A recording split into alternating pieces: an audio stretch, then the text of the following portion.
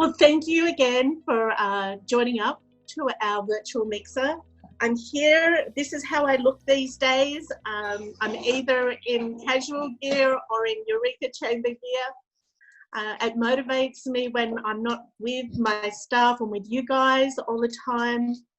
But there's a couple of things that, we're 5 months into COVID right now, and I'm starting to feel it.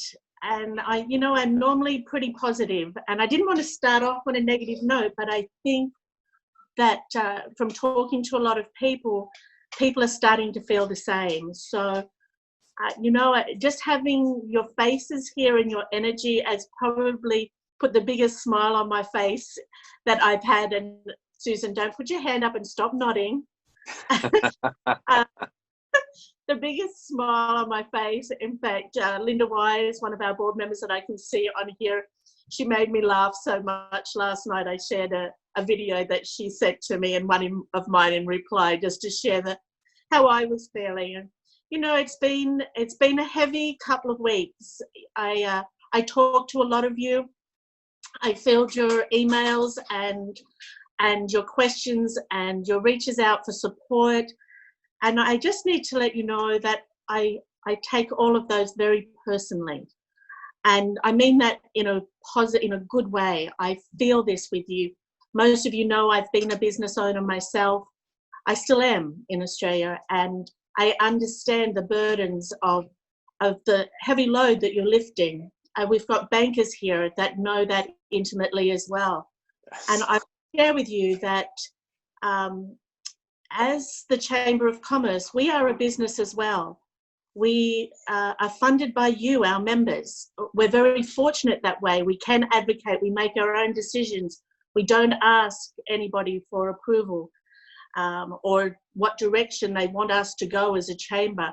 We have a wonderful board, we've got amazing membership, and we do what you want us to do. And I want to say thank you for reaching out, even though sometimes I'm feeling a little heavy of heart if I'm hearing of a business close or people that are feeling that burden. I want you to know that we feel it too. Our budget is going to be cut. There's things that we're going to have to do differently going forward, or I'm going to have to work with you all to think of ways that we don't have to. But in saying that, just know that we're with you. We understand, we're feeling it too, and we're here to support you. And tonight, seeing all your great faces have given me a real boost that I really needed. There were a couple of things, and I spoke to this a little last month. I'm not so fond of the word pivot anymore, but we have moved in a direction. We know all the benefits of membership, but right now, two are our number one priority, and that's because we do listen to you. Promotion of your businesses. We're not a marketing company or an ad agency, but we know how important it is to get your message out there right now. And Sierra's on here, Brittany's here, Susan's here. I can tell you all of us have become social media stalkers. We go out, we try and find what you've got, and we share your story. Sierra has, as managing our business of the day, I would ask all of you, this is a free service right now. It's a lot of publicity for you.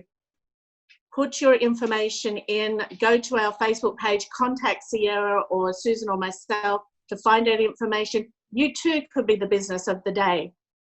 So we want to do that for you. We want to be part of the family and faces. I was just speaking with John at the executive over there at Time Standard today, and I feel really excited about this. This is a time in place. This is a monumental time, and I want to keep this as a record. So I want to use all of the families and faces profiles to do a magazine, and our membership magazine this year. I want to remember this moment in time, and I want your kids and their kids to remember what businesses were here and that were working through this monumental time. And we're not going to do it like last year. If I can find a way, and if John can find a way, he's working really hard with a local printer, we're going to have, and I'm going to say it, a Vogue-style membership magazine this year. You know, I want it, I mean, you know, I'm not afraid of this word, I want it to be sexy, you know, and I want it to be harder and thicker, and I'm hoping that we can do 100 pages and, you know, similar to what the Insider is, but even thicker so that we can tell your story. So if your business hasn't got the family and faces in there, please submit that through to Sierra. There will be a cutoff date in a couple of weeks. So we're not going to chase people up. We've given about 3 or 4 months for this, but know that that's what I really want to do. And that would be just amazing. I don't want to take up too much time. I want to say thank you for being our members. I want to say thank you for giving us direction and telling us what we should be doing. You're a great thermometer. And I'm encouraged by how many new members we've got at the moment, because people can see. This year, I think since COVID, we've had 29 new members, Susan. That's encouraging. That tells me we're doing something right. Our relationship through our boards and committees right now, I've never had so many meetings with the city.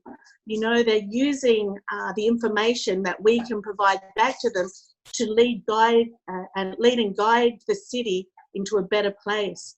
I work with the county 2 or 3 days a week, and I'm replying to them on your behalf and advocating. If I'm not real happy, you know I'm going to say it, and I thank you for giving me that feedback. In saying that, we produced 2 new videos this month. I'm very proud of that. I'm very proud of the message and that we're supporting you in this way. One is support local. I know that we can survive better than other areas. We've done it in the past, and if we keep on talking that way, and then we keep on hearing that message, and every time you want to hit that button on Amazon, I do it myself. I think, oh, you know, I should get that. You know, I can get that locally. I don't care if they're members or not right now, just buy local. We're going to have elections come up. There's going to be a tax measure on that. And I want us to be able to, and our city to be able to think, are we using our dollars wisely, because we're going to have to pay for it. And if we can help our city retain our police, retain our services that we just take for granted, I want you to think about that. But also behind every business is a family, and think about that and take it to heart. Secondly, I also heard, and I've been a part of this personally, that there is a very small number, but a bit of an aggressive number of people that don't want to wear masks. They don't think that they can. We want to keep our businesses safe. We want to keep our community safe. We've got Roberta Luskin-Hawk, and we're very lucky to have her speak to us. We're very lucky to have her in the county. We've seen the spikes. This is real. If you haven't been touched at this point, let's continue that. Let's keep you safe. Let's keep our businesses safe. It keeps our families safe. Let's do this so our businesses can stay open. We've seen a rollback from the governor this week. We all saw that coming as we saw that wave come through. Please work together. Even if you don't think that you should, just do it. And I produced a video. So maybe I'll leave it at that. I'll get off my soapbox right now. Thank you. And if I could have someone just roll the first video on supporting local. I encourage you to share all of these on your social media pages. Email it out, excuse me, to your friends. I'm getting all excited. I can't even breathe. And so we'll just roll the first one with supporting local. This was a PSA. This was brought to me by Bill Prescott. And yeah, Prescott asked me to do a PSA for Lost Coast Outpost, as he did to a number of other of the city leaders. And Sierra put this to video so that we could just drive that message home a little more. So share this as much as you can. Hello, my name's Donna Wright and I'm the President CEO of the Greater Eureka Chamber of Commerce. When you know the people behind a local business where you shop, you enjoy a personal connection that enriches the experience of doing business. You know your money is staying in the community, helping your neighbours survive and hopefully thrive. Buying local also means that you are paying local taxes that support local services. Due to the COVID pandemic, we will likely see severe cuts to the City of Eureka's budget, and that means less money for fire and police, street maintenance, parks and other services which we often take for granted. Buying local can help keep cuts to a minimum. Also remember, behind practically every business is a family. These families are our friends and neighbours. Supporting them truly matters, and for Eureka and all of Humboldt County to be resilient in the face of this crisis, community support is essential now so that we can all be here when things return to normal. This is only a minute long, so it's getting a lot of views. I think that it's reached about 11,000 and up to about 5,000 full views right now. So if you share that yourselves on your business pages, it helps. It really helps. And the second one is to support a lot of our businesses. Was suggesting that there's tourists that maybe aren't aware of our local laws and what we should be doing. So we produce this. The CERT team, which is a group of us that work together to provide a clear and concise message, are doing postcards, are doing posters. We took on the video portion, and I'm so pleased about having that collaboration by everybody across the community. And we're all using our resources so that we can get these messages out. So I ask you also to share this. So it might encourage people to always wear a mask. Humboldt County is a magical place, and we love welcoming visitors from near and far to enjoy our towns, our beaches and our redwoods. During these unusual times, though, we just ask, please respect our laws, our businesses and our people by wearing a mask, social distancing and practicing best hygiene. And be patient. Things are moving slower to keep us all safe. Please be respectful of our hardworking hotel, restaurant and business staff. We all want to keep our county healthy and open for everyone to enjoy. You might ask, why is an Aussie and a Brit sharing this message? Well, I'm Donna Wright, CEO of the Greater Eureka Chamber of Commerce. I'm Julie Benbow, Director of the Humboldt County Visitors Bureau, and we love living here. This is our home, and we want to keep it healthy and happy for all. And right there is the power of collaboration, and that's what we're doing right now. We're working with our partners more than ever, and I feel very proud to be a part of that. Before I hand over and I introduce our host tonight, I would like you just to check that you're up to date with your membership so that you do get in. Your business will be part of our membership magazine this year. And these are hard times. If you are a business that maybe is not a member, come and talk to me about how we can help you become a member and advocate and promote you. If you're a business that's struggling and may not have paid their dues, talk to us. And I'd rather not you think, you know me, you all know me, just talk to me. We'll find a way to do something. Or if you know a business that might want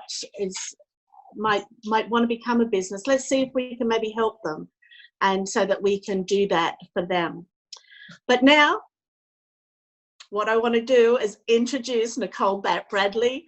She is the Executive Director at Sequoia Humane Society. She's a person that my husband's very afraid of because we are repeat offenders. Where's this? Come here, Finny. We've got two dogs here. Come up here. Here's one. Come up here. There's Finnegan. He was our latest. Madeline, come here. We got another one. Maddie, come here. Finnegan. I think I was talking to Donna about Finnegan. I miss Finnegan. He's so cute. He's so big. Now, and we've got Madeline, and you'll see her. She's on our mural at the office. She's one of our office dogs. I encourage you to support Humane Society. Nicole, take it away. Thank you for hosting. Oh, thanks for having us. I have my board president here with me. Her name's Jackie Bartley. For those who don't know her, we're going to keep it kind of short and sweet. We are currently still not open to the public. It's really hard to run without our volunteers here, and sanitizing this entire building to have the public in has been super challenging, so we have not opened the doors yet. We are doing things by appointment only, but it's been working. We're still saving lives. We're still doing what we're here to do, and obviously we've got puppies and kittens galore right now. But we put together a video of who we have in-house. So I'm gonna kind of let that do the talking, and then I may say a few more words after the video, and we'll go from there. But it's a fun video that our community outreach director, Kelsey, is out on maternity leave. She had a baby boy at the beginning of the month. And so Hannah has been filling in for her, and this is Hannah's first video for the public. I'm anxious to see it myself.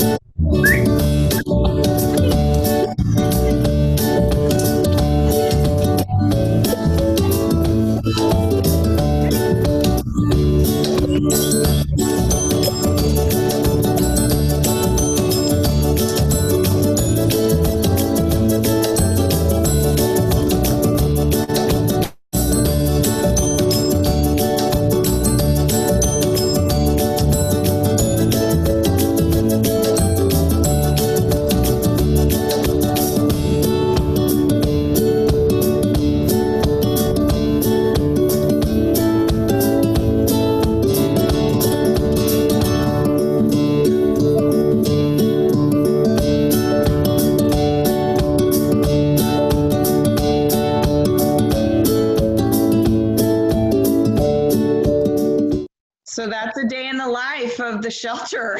Oh, hi. Hi, sweetie pie. Oh my God, she's adorable. A movie star. I see it. Just need a crown for her. I think she has one, doesn't she, Donna? She has multiple. Awesome. Yes, Mum was the poster child for what's the park one? Nicole? Park? Wolfstock. Yes. She was the poster child for Wolfstock for about 3 years, I think. We've had Matt for 5 years. Mm-hmm. Aww. So for this year, unfortunately, Wolfstock, we had to cancel it. I know, big sad face. I know. So we're putting together some other stuff for the end of this year to make up for not having our biggest fundraiser of the year. And to make up for being closed. Our thrift stores that are our bread and butter, essentially, they cover over half of our operating costs per year for the shelter. They were closed for almost 3 months. And so that's a huge hit. We've been able to sustain, which is good, but I don't know how long that is going to happen with not being able to not being able to do our fundraisers like we used to do our fundraisers. So we're moving into normal, just like everybody else. Nicole, are you guys going to do poorly drawn pets again? Yes, we are. We may do poorly drawn pets, but we may also do like pet portraits, because we had one of our artists who, while we told her that it was poorly drawn pets, she is truly an artist. And so they did not look like poorly drawn pets. They were beautiful portraits of these people's pets. And she has offered to do those portraits for people and donate all of the proceeds to the shelter. So she's willing to do that for us. So we've got a few things in the works. We're probably going to do another shirt fundraiser deal and with sweatshirts and hats and all that kind of fun stuff. And we've got a few other things up our sleeve that I'm not going to disclose too much information just yet. Do you have anything you want to add? I don't have anything to add. Nicole's taking care of everything. Just don't forget. We're here. We're here. Adopt. Visit our thrift stores. They are open. They are open, and we have some really good stuff. Yes. So I got a beautiful new Dooney that's gorgeous. So for those of you who love purses, we do get some really great purses in. And clothing and shoes and everything else. So Nicole, could I just ask if you're accepting donations right now and where people might send that to? So we, if it's monetary donations, they just get sent to the shelter. If it is donations for the thrift stores, Tailwaggers One is taking donations, but it's on a appointment basis, and they are limiting how much they can take, because we are actually letting stuff sit for several days, sanitize it, and then bring it inside the store. We have a pod at Tailwaggers One in Henderson Center. And so, yes, we are taking donations on a limited basis right now, just trying to keep our staff safe. And our lack of being able to bring volunteers in kind of limits us on what we can do, but we're happy for all those really good donations. Yeah. So a little at a time would be wonderful. Yeah. Thank you, ladies. Thank you for hosting. Thank you for sharing. And may everybody that's on here tonight, congratulations, you've got a free puppy or kitten. Oh, no, puppy, Donna. Don't tell your husband. Blame it on Nicole. Yeah, just tell Phil it's me. It's all me. So thank you for doing that. We do enjoy everything that you do every year. You host us and our mixers every year. But thank you for being here tonight and hosting this for us, and for being a supporter of the Chamber. Absolutely. While I was watching the video, I just noticed, I was just having a look through who was here. And you may not know that Miles Slattery here, our interim city manager, is here with us today. So I'd like to welcome him. I think, Miles, this might be your first mixer. And so everybody give a great big welcome to Miles, and we wish you every success in leading our city through these trying times. We also have a number of, there he is, look. you want to say hello? So just so people know what you look like. Hello, how's it going? Thank you very much, Donna. We plan on working much more in a partnership with the Chamber of Commerce, and I hope that we continue the meetings that we've been having recently. I think they've been very productive. I appreciate that, Miles. Over the last couple of years, we've enjoyed a growing mutual respect of what we do and how we can support each other. So thank you for that. I also notice there's a number of board members on here. If you're there, could you please give us a wave? And I thank our board for everything that they do. But I also see that the wonderful Roberta Luskin-Hawk is now on. Roberta, I have got to know through numerous committees and meetings that we share. She is an amazing woman. I don't want to say too much because she'll beat me privately. I know that we're very lucky to have Roberta. Her credentials are amazing. During this time, being an infectious disease specialist, having worked with some very substantial names in our arena right now, to have her here at St. Joseph, we're very fortunate. I know that she's planned. I'm not going to take away anything from what she's going to say. I will also share with you, I have a very strong fondness for St. Joseph. I was educated by the Sisters of St. Joseph in a small country town in Australia. So I have a warm fondness to the Sisters of St. Joseph, who exactly 100 years ago this year, St. Joseph's are celebrating their 100-year celebrations, not in the way that they'd expect. But we congratulate you. We thank you for being in our community. Roberta, could I hand it over to you?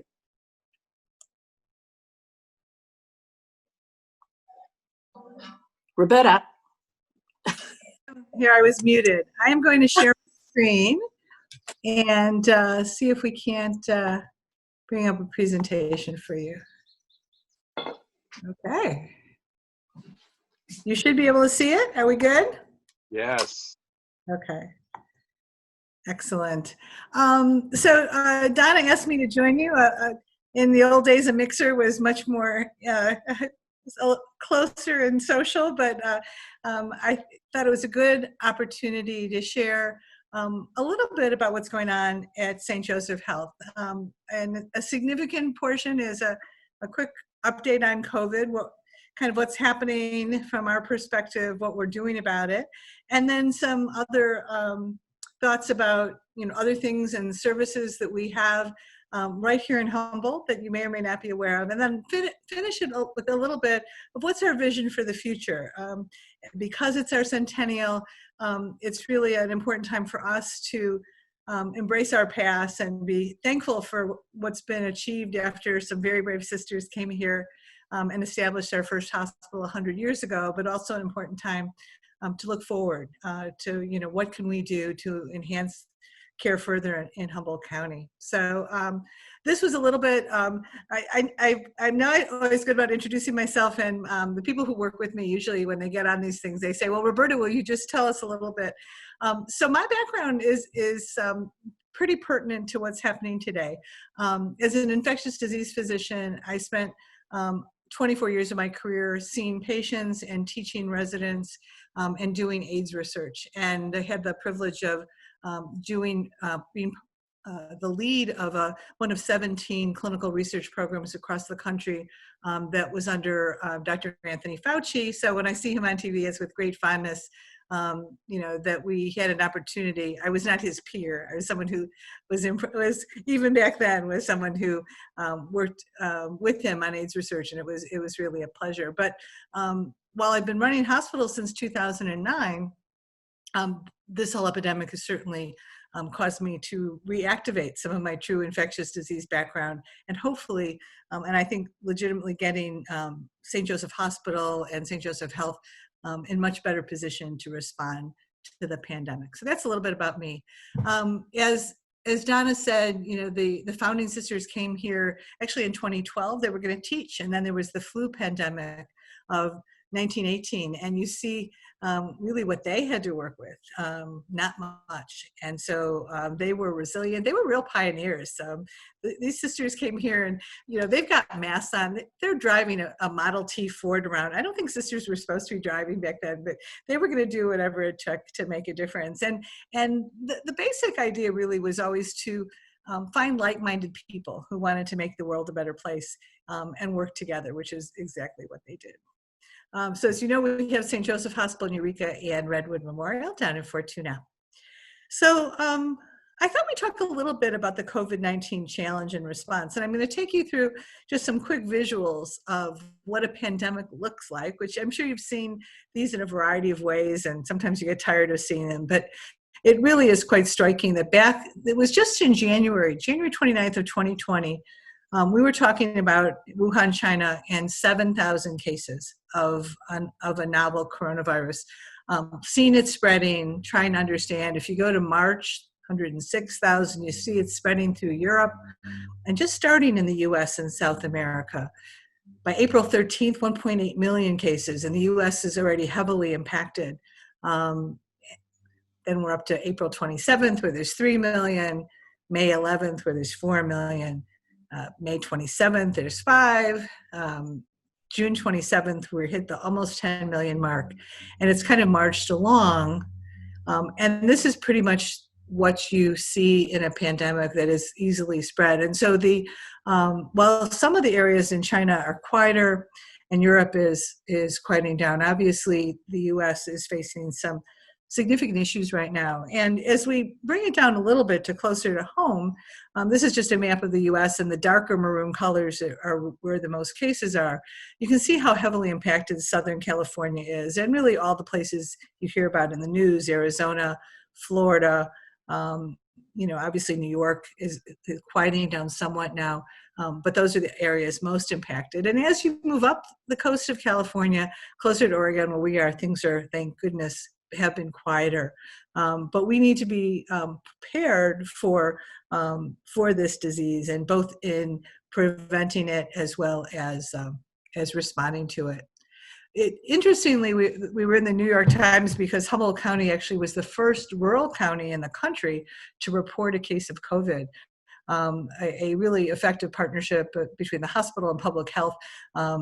People had come to our emergency room, and the story just fit. And we had to push the CDC to run the test back at the time, but that was the beginning of it all. But if you look, sorry about that, let me go back up. In California right now, obviously the state is experiencing a pretty substantial surge. And the expectation is right now over the next few weeks, especially in Orange County and LA, the hospital inpatients are going to continue to increase. They were about 6,000 a week ago, and there's a continued rise just based on people who've been exposed really through Memorial Day, 4th of July, and as when social distancing got relaxed, what happened unfortunately is instead of shelter in place, going to everyone wearing masks and still being awfully careful, I think many people, not all, but many people were so tired of being alone that people were out without masks, and this is the result.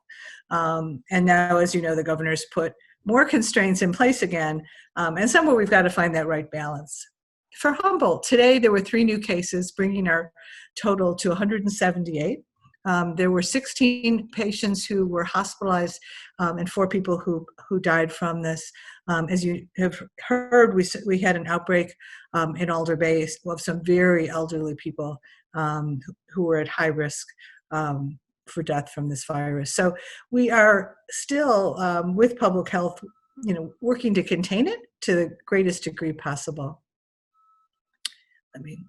As we look at what resources we have to bear, one of the things I want you to be aware of is if you have questions about symptoms and you go to our website, which is stjohumboldt.org, there's this little link to something called the coronavirus advisory, and it brings up a little chat bot.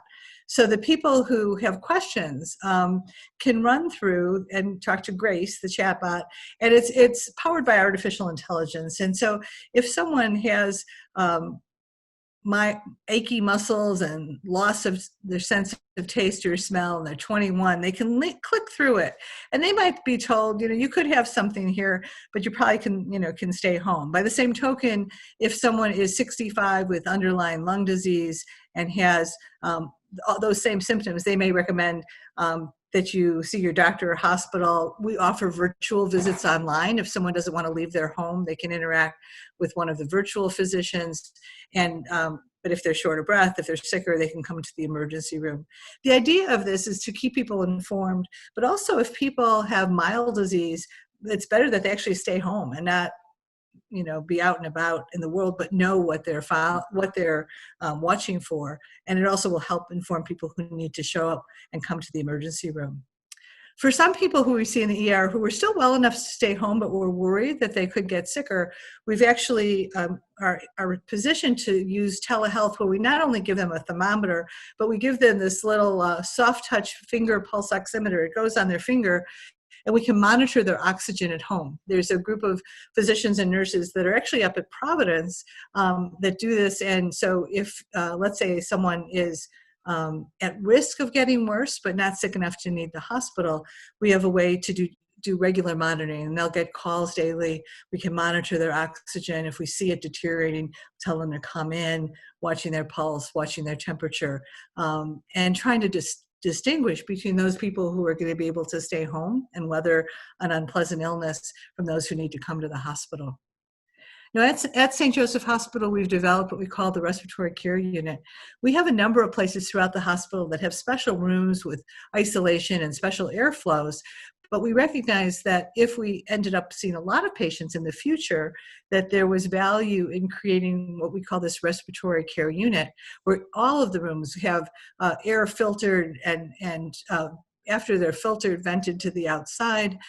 It's an area where staff are specifically trained how to manage patients well and get very comfortable with their personal protective equipment.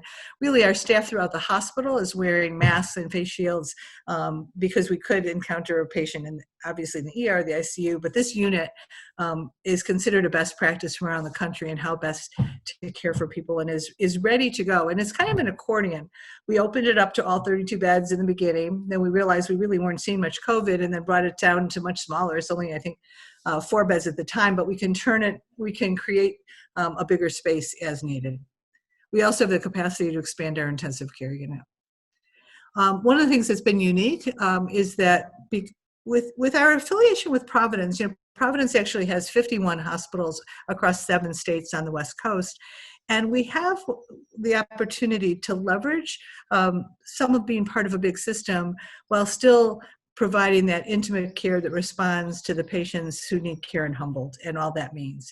But one of the things that being part of Providence helped us with is we were able to bring in several clinical trials of antiviral drug remdesivir, as well as something called COVID convalescent plasma, blood plasma from people who had the infection because they have antibodies and it can be protective. We enrolled a number of people on trial and have access to some of those drugs to treat people now. Now that drug is in very short supply because it's not FDA approved yet, and so we're constantly trying to make sure we've got that to do. But we've got the training of the staff, we've got facilities that have been enhanced, we have developed a lot of expertise and even investigational drugs to deal with it. So at the same time, for a while we shut down services while we were getting all this ready. And now we're at a place where we know it's important that people not delay care. What happened throughout the country with COVID is when things were kind of shut down and people were afraid to come in, people were dying at home with heart attacks. Opioid use went up because people had pain and weren't getting their surgery done. And so now we're able to both take care of some patients with COVID, although there have not been many in Humboldt, as you can tell. At the same time, we can take care of people who have other needs. And I wanted to just introduce you to make sure you actually knew what we had available. St. Joseph Hospital is really a regional medical center with some really pretty advanced capabilities. Our cancer program is extraordinary, truly. We have state-of-the-art radiation therapy and teams that really work together. medical oncologists, surgeons, what are called radiation oncologists, nurses, dietitians, social workers, and a new intake process so the patients can come in, get seen more quickly. We make sure they get the tests they need before they see their doctor to really get them in the right direction as soon as possible. We do open heart surgery, have a new head of our cardiology program, Dr. David Phillips, who's an interventional cardiologist, and our cath lab staff is available 24/7 for patients in our community. Our trauma care, we have a level 3 trauma center with, we actually have general surgeons, orthopedic surgeons, and neurosurgeons available 24/7. Education, we've launched the residency program, which is a really exciting thing in partnership with Open Door, and we'll talk a little bit more about that. We have a number of other things, pain services, rehab, great rehab services, a sleep disorder center, lots of different surgery, and the childbirth center, both at St. Joe's and at Redwood Memorial. So a lot of very talented people coming together to deliver care right here. You'll hear a little bit more about some of the care. This is some information that launched just recently, highlighting our orthopedic care and cancer care in this setting, but you'll see some spots out there just to make sure that our community is aware.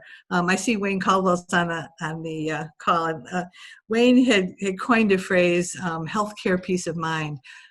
We understand that healthcare isn't perfect. It's not perfect at Humboldt. It's not perfect anywhere. We still need and are actively recruiting more doctors. But we actually have some incredibly talented people, and we want people to know what's right here, because I do think that peace of mind, knowing we're here if you need us, is important. This just looks at some of our cardiology folks in the cath lab. This is our tumor board where surgeons and cancer specialists of all kinds get together every week to review cases, and especially the more challenging ones, and come together with it to create the best possible treatment plan. This actually shows where we were teaching a bunch of primary care docs, and this was a tumor board that was happening. Dr. Ellen Mahoney and others who ran that program in February. This is some of our trauma.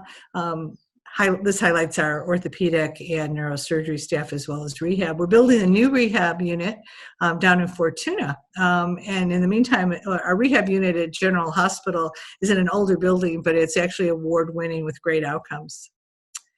A little bit about our centennial.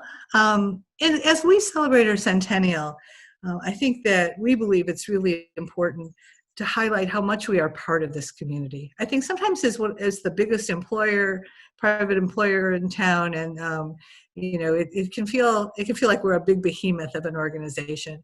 But we're made up of a lot of individuals who love and embrace Humboldt, who are part of Humboldt. This is a couple of our docs, Sky Heston and Robert Green, who one of their greatest joys is being able to go to work and have time to ski. And we're really dedicated to working with all of you to make Humboldt as vibrant as it can be. These are our new residents who came to train. There's 5 others who are part of the class. This is a little bit of our community and family resource centers. There's one at the Mission where we teach art and provide counseling and do some other things for the homeless. And we've got 5 of them scattered, as you can see, throughout a good portion of Humboldt. We're also looking at developing some programs and projects for housing for people who are either homeless or at least unstable from the housing standpoint, and working through that with some of our Care for the Poor efforts. So that, I talk fast to try to get all that in, and I'm open for questions. But that's a little bit about what I've been up to when I'm not hanging out with Donna trying to go get a glass of wine, since I can't do that very much anymore. But I've been here about 2.5 years now, and I would say that it's important to me that the community understand, number one, we've worked very hard to be prepared for COVID, and I think we've done that well, which should be comforting. We've got a lot of services that should that are here, available close to home with the kind of quality that you would expect. And we can tell you more about that. And we're really looking to the future. Some of the things we want to do is enhance primary care, partly by hiring some of those family medicine residents when they're done. We want to enhance our specialty services. We're looking at enhancing the patient's experience. It's very hard when patients, this little hospital ended up being having much more demand as we added more services. So dealing with getting people through the system out to other services so there's not a backlog in the ER is important to us. And really developing our education programs. We're partnering with HSU, with College of the Redwoods, to do more healthcare education. Young people in our community really have an opportunity for careers in healthcare, and we can help teach some of that, so we're working with them. And then contributing to healthcare peace of mind, sharing our stories, making sure that our community understands what's here for them and what we have to offer. So that's my little story, and I can answer some questions if there are any. I see Sierra has a question, a hand up here. Oh, you're clapping. Thank you for that. Teresa, I know that we had worked on some questions through our ambassador committee. Maybe you might be able to start it off with some of the questions that our ambassador group had. Absolutely. Yes. Thank you so much, Roberta, for being here and for your talk. I appreciate very much what you're doing in our community. We are very lucky to have you. So thank you. And a couple of our questions you already kind of addressed somewhat, but we were interested in understanding the ICU capacity. How many patients can the hospital take within that unit, as well as this other unit you shared about? So our typical ICU has 12 beds, but we actually have looked at other areas where we can surge that up to about 35 beds. We have an area called an observation unit, which we could run as an ICU. We would, if we want to expand further, we might have to take some of our endoscopy area that can be turned into ICU beds. So part of the surge plan would be to have some flexibility around that. In addition, the respiratory unit is over and above that. That's for patients who are not quite as sick, but who need to be in the hospital, and that is 32 beds. But another thing we have the capacity of doing is adding an additional 19 medical beds in some of our other areas. There's a cardiovascular recovery area we can turn into patient rooms if the need exists. Now, also at Redwood, we have some ability to expand the number of beds right now. It's a critical access hospital, so normally the beds are capped at 25, but we can bring that up to about 35. Now, if all that is getting full, we're working with the county with Redwood Acres as an alternate care site. Redwood Acres would be designed for low acuity patients who are already through the worst of it, but not ready to go home. And that could probably hold about 90 patients. So conceivably that only if absolutely necessary, and we hope we don't need it, but it could become part of the hospital. There are plans for food service and laboratory services and nursing care and essential pharmaceuticals. It would be for people who were very close to recovery. They might need a little oxygen, but they were able to walk around and still needed more care. So there is a very sophisticated plan that's been developed both at the hospital and in concert with the county. Excellent. Sounds like we are well prepared. We've been doing a lot of work. Looks like Jennifer Budwig has her hand up for a question. Jennifer, go ahead. Thank you, Teresa. Hi, Roberta. Hi. Yeah, my question is in regards to COVID testing. When this initially broke out, both my husband and I had gotten tested, and his turn time was like 1 day and my turn time was 2 days. He had gone through the hospital there, I'd gone through Open Door. But it sounds like as time has gone on, the results, getting your test results back, we're hearing, now a lot of people are saying it's taking like 8 days, a week, sometimes 2 weeks, 10 days. And so I was just curious, and I have a feeling part of that is dependent upon if they actually go to the hospital directly, that the turn time is going to be a lot quicker, because my understanding is you guys have the ability to do the testing there at your lab, versus if someone were to go to their primary care physician or Redwood Acres, those actually go out of the area and those tests are done back east somewhere, which is what is causing the long-term time. Is that all correct? So most of it. So the issue is that, you know, testing has not been really adequate across the country, but we've been building capacity. And the hospital has added a couple of platforms, one called Panther for high volume testing, where we can have test results in 12 to 24 hours. We batch them, so we'll run it once or twice a day. We might have results in 3 hours. In addition, the county has been good about doing testing. The issue is that we don't have enough tests or test reagent to test everyone. So we really prioritize. So if someone is in the ER, it looks like they have COVID, we would do the test at the hospital. If they're going to get placed in a nursing home or SV for mental health services, we have to get that back quickly. We work with public health and do that. But when people have either mild symptoms or no symptoms at all, they're going through either Redwood Acres or the primary care doc, and they're sending it out. And the companies that do it nationally used to be able to get it done in 3 days, but with the surge we're seeing now, the demand is just insane, and so they can only handle so much. The other thing that's happening with our hospitals is because we don't have a lot of cases, we have to fight for our allocation of test kits. So we have massive technology, but part of it is the government is stepping in and deciding, well, Southern California, there are places in Southern California who had like no testing, even though they're just overrun with patients with COVID. So not surprisingly, and it's probably the right thing to do, test kits are being rerouted to areas of the greatest need.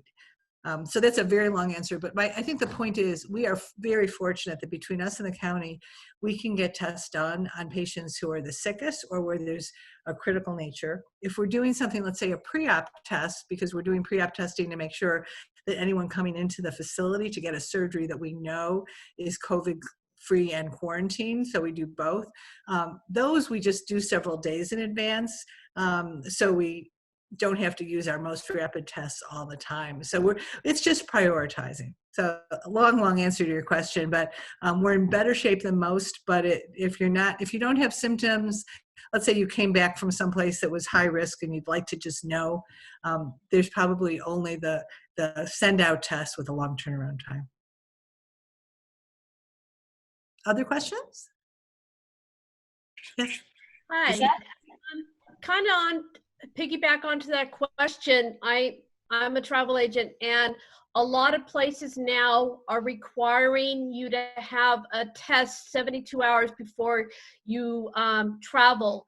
And so if I've got clients that are doing that, where's best place for me to tell them to go to get a test that quickly? That is going to be tricky. In fact, I'm not certain if they're asymptomatic, where they're going to be able to go right now. I would say that, you know, our goal is to develop enough capacity to be part of the answer to that question. Most of the countries I've seen, they say either you need to come in with a negative test, or when you come, you'll be quarantined for 48 or 72 hours and you can be tested at your destination. I love to travel, so I've been looking around to see what the options are. I don't know when I'm going to get to actually have time off, but a girl can dream, right? So I would say that I don't have the perfect answer for you right now because of how we're doing the testing, but it's something we can work towards. Okay, thank you. Sure. Roberta. Oh yeah. A question for Roberta. Yes. Elective surgeries are now being done. If I need my hip replaced, can my family members see me for that day that they're in the hospital, or am I sequestered outside? So it's been, it's evolving, Jeff. We have, as everyone across the country had been limiting visitors to a few discrete circumstances, which were people at the end of life, minors, women in labor who needed a coach or a partner. And so typically a person having surgery has not been accompanying their patient and their loved one. We are looking at possibly relaxing that, but it's kind of evolving right now. This is the struggle we have, and it's a substantial one. we have an obligation to keep everyone healthy. If you're going to come in and get hip surgery, you can only come in if we do a COVID test on you, if we require that you're quarantined before you come in. We have all kinds of controls, right, to make sure that if you're coming in, that you're not going to get sick and you're not going to expose people. Every one of our caregivers wears a face mask and a face shield, a mask and a face shield. And so we're doing a lot for their protection.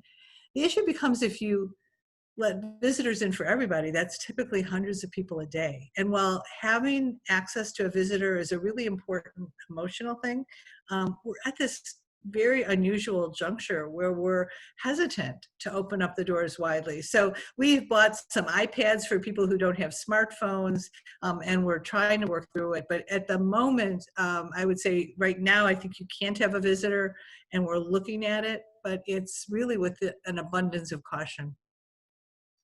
I understand. Roberta, Thank you. Roberta. Yes. I'm Eddie. How you doing? There's some interesting statistics of which medical providers decide to stay in rural areas like our own, and the people that move to the cities. How many of the interns are from a rural setting or a city, or do you have a notion of that?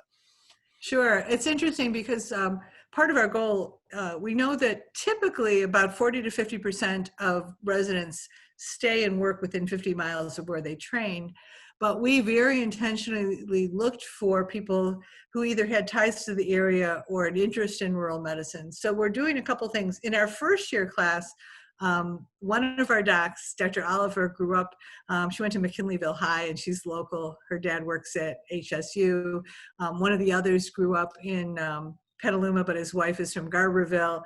And then there are a number who had some interest in rural medicine, who actually did work as medical students in rural settings. In the second year, I haven't gotten to know them well enough yet, but in the interview process, we look. But we're also doing something else. We became part of a consortium called Compadre, which has a relationship with OHSU in Oregon Health Sciences University, and UC Davis. And that program is funded to enhance rural healthcare training. And what will happen with that is we will get medical students who work with us who are interested in rural medicine. If they like it and they do well, they can actually get almost a fast track into our residency. So we're being very intentional, looking, there's no guarantee who will stay, but it's definitely part of the screening process to look for people who really have an affinity to an area like this.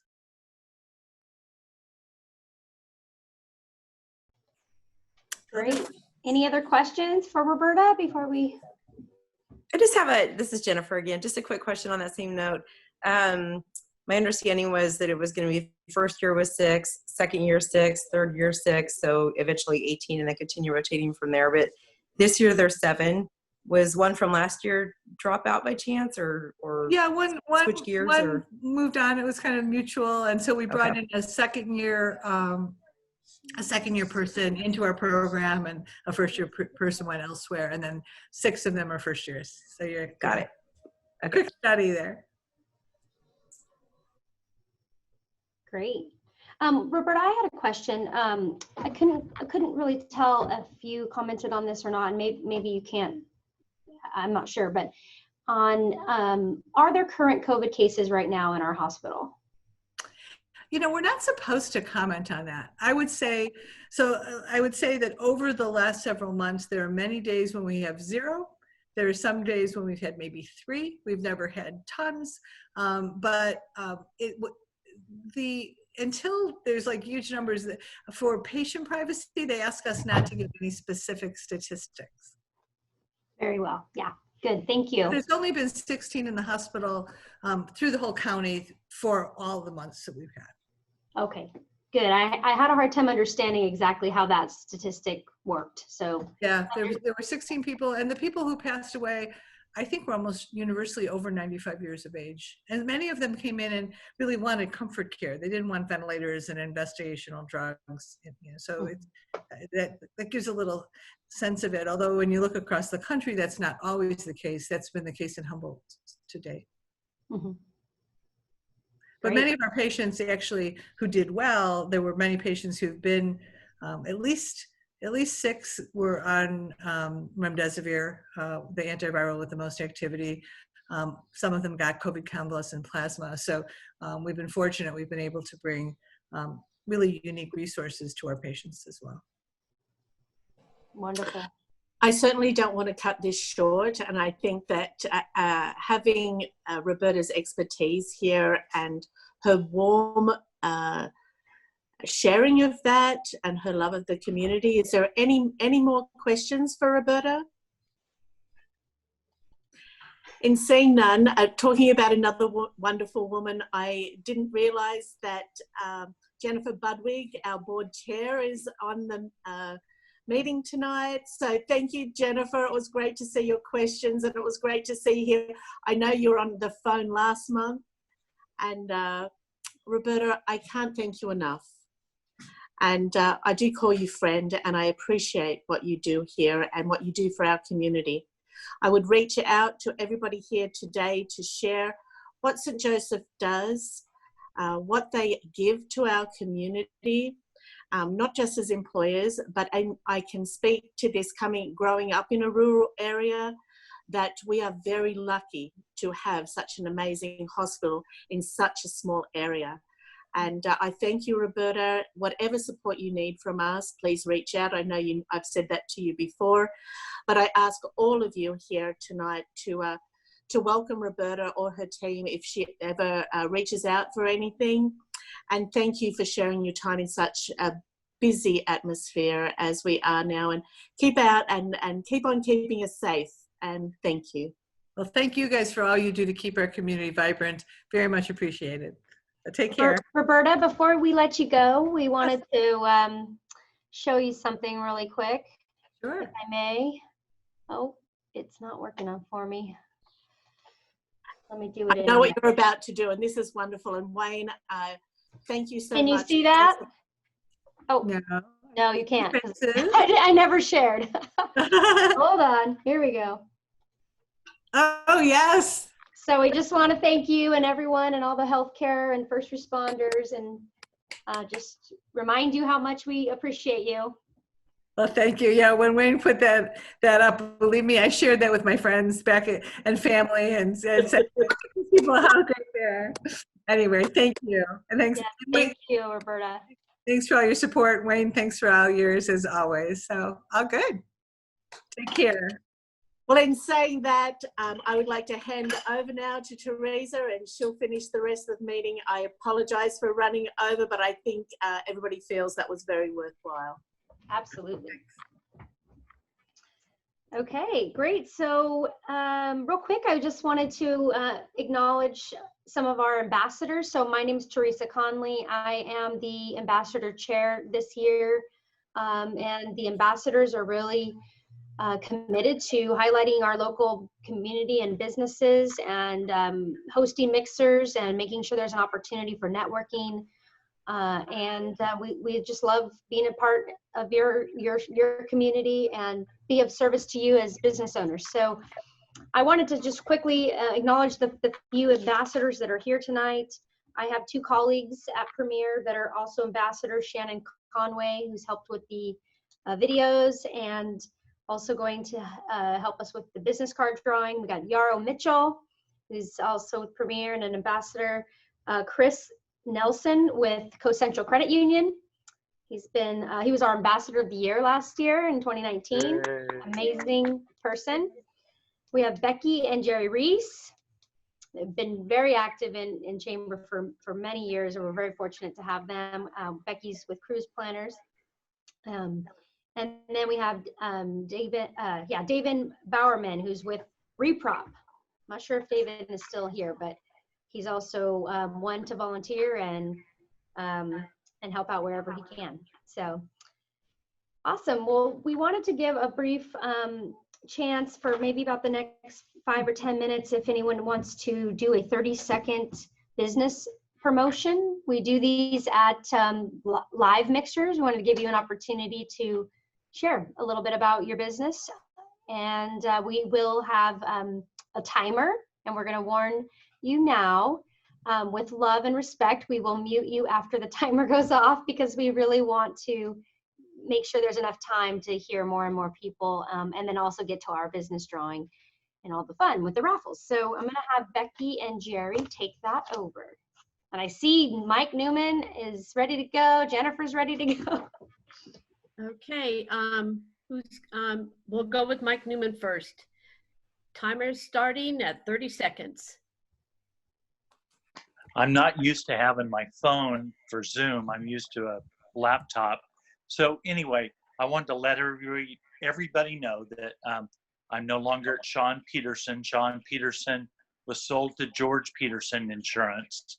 So that is my new office home nowadays instead of Shaw and Peterson. Still doing the same things, commercial insurance, benefits, everything for businesses. And still volunteering on a lot of things. Thank you. Thank you. Thanks, Mike. Jennifer? You ready, Becky? Yep, I'm ready. Okay. First thing I want to say is poorly drawn pets. Next time Sequoia Humane Society does the fundraiser, that's my dog Molly, Sequoia Humane Society alumni.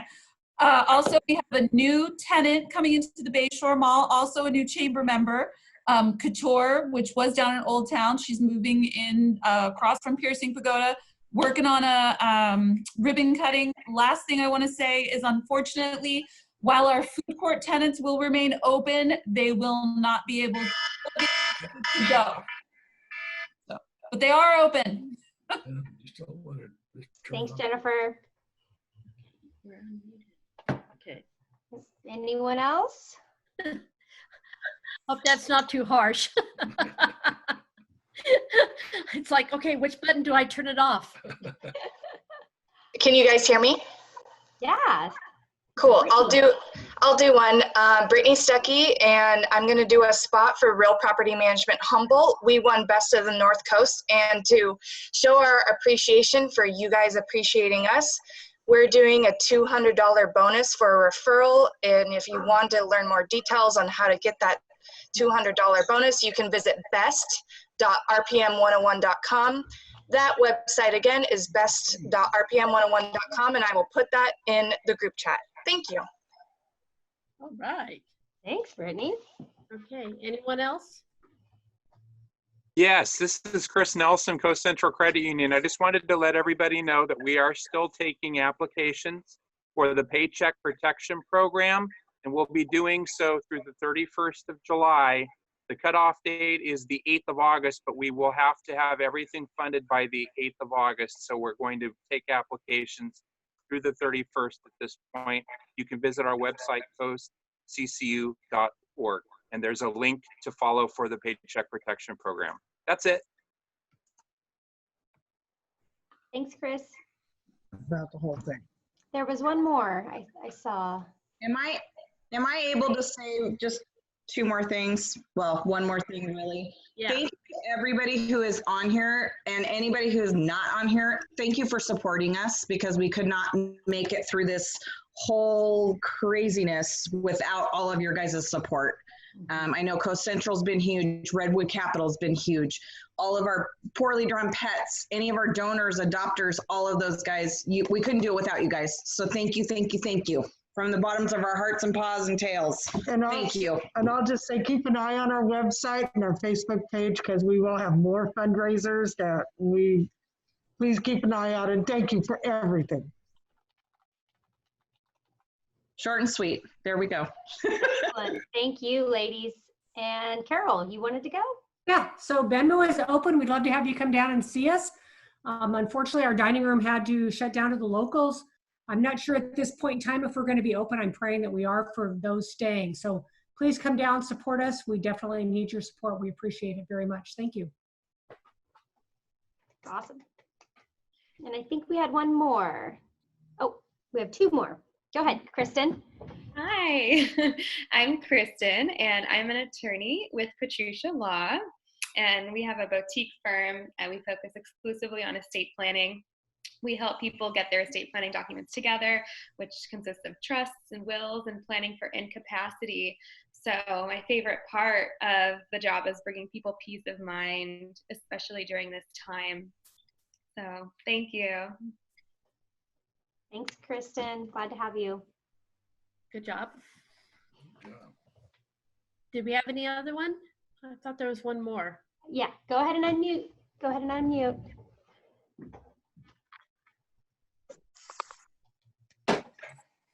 Can I think I did it.